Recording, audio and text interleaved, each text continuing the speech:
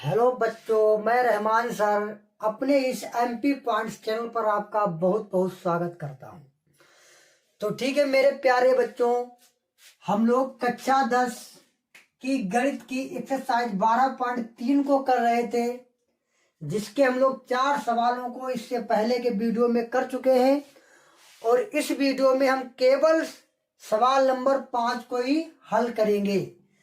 तो सवाल हमारा किस प्रकार है कि भुजा 4 सेंटीमीटर वाले एक वर्ग के प्रत्येक कोने से 1 सेंटीमीटर त्रिज्या वाले वृत्त का एक चतुर्थांश काटा गया है तथा बीच में 2 सेंटीमीटर व्यास का एक वृत्त भी, यहां पर कुछ गलत हो गया है, यानी यहां लिखा होगा एक वृत्त भी काटा गया है जैसा कि आकृति में दर्शाया गया है। इस वर्ग के शेष भाग का क्षेत्रफल ज्ञात कीजिए। अब हम आपको बता दे रहे हैं अपने शब्दों में। इन्होंने कहा एक वर्ग है और इसकी भुजा 4 सेंटीमीटर है, तो यानी यहां लिखेंगे 4 सेंटीमीटर। और आप लोगों का, सभी लोगों का परिचय है वर्ग से। वर्ग क्या होता है? वर्ग एक ऐसी आकृति होती है जिसकी चारों भुजाएं बराबर होती हैं। अगर ये 4 सेंटीमीटर है तो ये भी 4 सेंटीमीटर, ये भी 4 सेंटीमीटर, ये भी 4 सेंटीमीटर है। फिर कह रहे इसके वर्ग के प्रत्येक कोने से 1 सेंटीमीटर त्रिज्या वाले वृत्त का एक चतुर्थांश काटा गया है। अब हमने आपको अपने बेसिक वाले वीडियो में चतुर्थांश क्या होता है वो समझाया था, लेकिन फिर भी हम आपको बता दे रहे हैं। अगर आप बात समझिएगा कि इस प्रकार का कोई एक वृत्त है और अगर हम इस वृत्त के 4 हिस्से कर दें इस प्रकार, समझ रहे कि नहीं समझ रहे?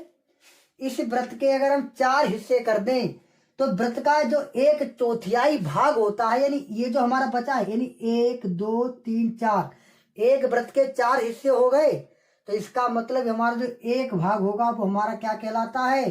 चतुर्थांश कहलाता है। इतनी बात आई समझ में? यानी एक भाग हमारा क्या कहलाता है? चतुर्थांश।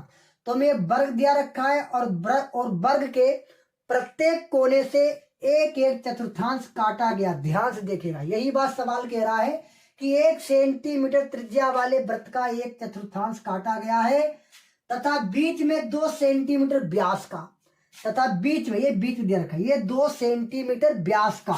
व्यास क्या होता है? जैसे हमने मान लिया एक वृत्त है तो यहां से लेकर के यहां तक रेखा, ये हमारी क्या कहलाती है? ये कहलाती व्यास। तो बीच में हमसे क्या काटा गया? एक, यानी वर्ग से एक व्यास, यानी कि 2 सेंटीमीटर व्यास का एक वृत्त भी काटा गया, यानी पूरा वृत्त। चतुर्थांश में ध्यान दीजिएगा, एक पूरा वृत्त काटा गया है जिसका व्यास कितना? 2 सेंटीमीटर, पूरा व्यास। अगर इसका व्यास 2 सेंटीमीटर है तो इसकी त्रिज्या आधी हो जाती है, यानी 1 सेंटीमीटर। यानी त्रिज्या जो है वो हमेशा ही व्यास की आधी होती है। तो यानी कि इसकी त्रिज्या कितनी हो जाएगी बेटा? 1 सेंटीमीटर इसकी त्रिज्या हो जाएगी। अब हमसे पूछा गया कि इस वर्ग के शेष भाग का क्षेत्रफल ज्ञात कीजिए। यानी इस पूरे वर्ग में से एक चतुर्थांश यहां से काट लिया गया, एक यहाँ और एक यहाँ। अब बीच में एक वृत्त भी काट लिया गया, तो इसमें कितना भाग बचा? तो देखिए, जिसमें जो लाइन खींची है यही तो भाग हमारा बचेगा। अगर 4 चतुर्थांश काट लिए जाए और बीच से एक वृत्त काट लिया जाए तो जिसमें लाइन खींची हुई है यही तो हमारा भाग बचेगा, और इसी भाग का हमें क्षेत्रफल ज्ञात करना है। तो ध्यान दीजिएगा,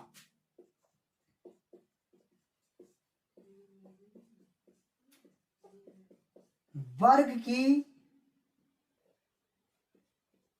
भुजा बराबर 4 सेंटीमीटर दिए रखी है ना। देखिए, वर्ग की भुजा कितनी दे रखी बेटा? हमें 4 सेंटीमीटर। अब हम वर्ग का क्षेत्रफल आसानी से निकाल सकते हैं, लेकिन अभी नहीं निकालें, पहले आप थोड़ा समझिएगा। फिर अगर बात करें हम चतुर्थांश की, तो चतुर्थांश की त्रिज्या ये हमारे पास कितनी बेटा है? 1 सेंटीमीटर। ध्यान दीजिएगा, कह रहे 1 सेंटीमीटर त्रिज्या के वृत्त का एक चतुर्थांश काटा गया है, तो 1 सेंटीमीटर। अब बात करते हैं हम लोग, वृत्त भी तो काटा गया है, तो वृत्त की त्रिज्या ध्यान दीजिएगा, वृत्त का व्यास दिया रखा 2 सेंटीमीटर और त्रिज्या हमेशा ही व्यास की आधी होती है। तो वृत्त की त्रिज्या हमारे पास हो जाएगी 1 सेंटीमीटर। लेकिन अब आपको एक बात समझनी है। क्या एक बात समझनी है? हमें छायांकित भाग निकालना है। तो कैसे निकालेंगे? यहां पर आपको बहुत ही ध्यान देना है। छायांकित भाग का क्षेत्रफल बराबर, यानी अगर हमें छायांकित भाग का क्षेत्रफल निकालना तो क्या करना पड़ेगा बेटा? हम पूरे वर्ग का निकाल लेंगे। तो यानी यहां पर क्या लिखेंगे? वर्ग का क्षेत्रफल और माइनस क्या कर देंगे? वर्ग का क्षेत्रफल माइनस 2 वृत्तों का क्षेत्रफल। अब आप असमंजस में पड़ गए हैं बेटा, बिल्कुल हम समझ रहे हैं। आप असमंजस में पड़ गए हैं कि सर लिख रहे हैं कि छायांकित भाग का क्षेत्रफल, वर्ग का क्षेत्रफल माइनस 2 वृत्तों का क्षेत्रफल। इसमें 2 वृत्त हैं कहाँ? लेकिन है बेटा, है। कैसे देखेगा? हमें छायांकित भाग का क्षेत्रफल निकालना है तो हम क्या काम करेंगे? इस पूरे वर्ग का क्षेत्रफल निकाल लेंगे। तो पूरे वर्ग का क्षेत्र और माइनस 2 वृत्तों का क्षेत्रफल। लेकिन ये 2 वृत्त कहाँ है? ध्यान दीजिएगा। देखिए, एक तो वृत्त ये है ही पक्का, एक वृत्त मिल गया, एक वृत्त तो ये है। दूसरा वृत्त कहाँ है? देखिएगा, ये चतुर्थांश लगे हुए हैं। ये 4 चतुर्थांश है और 4 चतुर्थांश मिलकर के एक वृत्त का निर्माण करते हैं। किसका?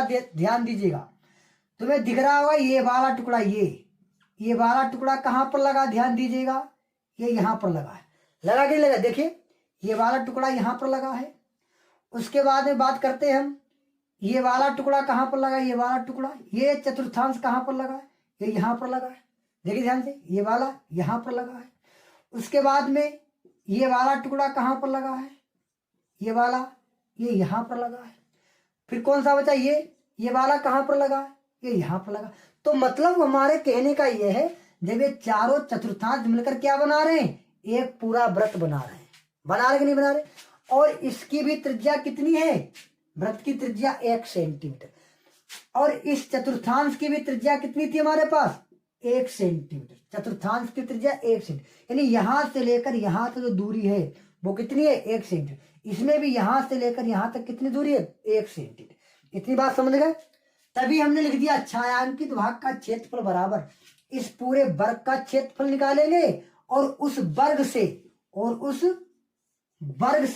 क्या काम करेंगे? इन दोनों वृत्तों का क्षेत्रफल माइनस कर देंगे। तो बाकी जो हमारा बच जाएगा, तो जिसमें लाइन खींची है वही तो हमारा क्षेत्रफल बच जाएगा और वही हमें चाहिए। तो बस आपको ये बात समझ में आ चुकी होगी। तो यहां पर क्या काम करेंगे हम? वर्ग का क्षेत्रफल। तो आप सभी लोग जानते हैं कि वर्ग के क्षेत्रफल का फॉर्मूला होता बेटा भुजा स्क्वायर माइनस 2 गुणे 2 से गुणा क्यों की गई? क्योंकि 2 वृत्त हैं, एक ये है और ये चारों चतुर्थांश मिलकर के भी एक दूसरा वृत्त बना रहे हैं, तभी 2 से 2 गुणे। अब वृत्त के क्षेत्रफल का फॉर्मूला बेटा क्या होता है? पाई आर स्क्वायर। ये वृत्त के क्षेत्रफल का फॉर्मूला होता है। पाई आर स्क्वायर बेटा किसका क्षेत्रफल का फॉर्मूला होता है? वृत्त का। तभी यहाँ पर वृत्त का ही तो लगाना है, तो पाई आर स्क्वायर। अब ध्यान दीजिएगा, भुजा कितनी है? अब किसकी भुजा? वर्ग की भुजा है बेटा हमारे पास 4। तो यहां पर क्या लिख देंगे? 4 का स्क्वायर माइनस 2 गुणे पाई की वैल्यू हमने आपसे कहा जब तक कि पाई की वैल्यू ना दी जाए तब तक आप 22/7 रखिएगा और गुणे आर। अब ये किसकी आर की बात कर रहा है? ये वृत्त की।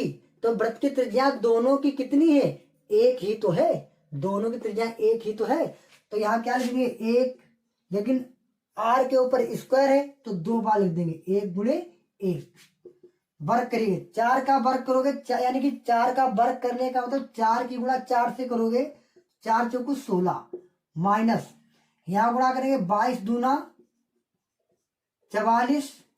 देखिए 22 गुणा करें 2 से तो 22 दूना 44 और 44 की 1 से करो, 44 कम 44 ही रहेगा, फिर 1 से करोगे फिर 44 रहेगा और बटे में 7। लेकिन समस्या यहां पर इस बात की आ रही है कि यहां पर जो है ये दोनों आपस में घटाए जाएंगे, लेकिन घटाने से पहले आपको ये देखना है कि इसके हर तो बराबर है नहीं, तो जिसके नीचे कुछ नहीं होता उसके नीचे एक मान लेते हैं।